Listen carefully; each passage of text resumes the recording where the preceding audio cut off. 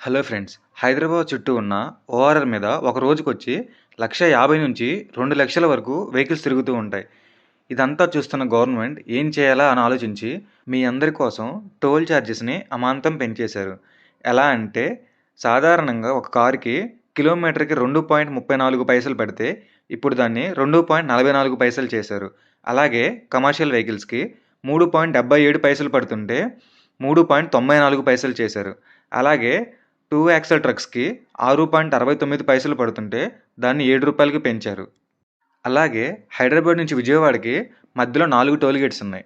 Tension పడకండి. ఈసారి ఈ 4 టోల్ గేట్స్‌లో 3 టోల్ గేట్స్‌లో చార్జెస్‌ని తగ్గించారు. ఎందుకంటే ఈ రోడ్ నిర్మించింది జీఎంఆర్ సంస్థ. గత సంవత్సరం జూన్ ఆఖరు వరకు ఆ సంస్థ టోల్ వసూలు చేసింది. దాని గడువు ముగియడంతో గత జులై నుంచి ఈ టోల్ ప్లాజాలు ఎన్‌హెచ్ఐ కిందకి వచ్చేశాయి. దీనిని బట్టి ఈ రేట్లు తగ్గాయి.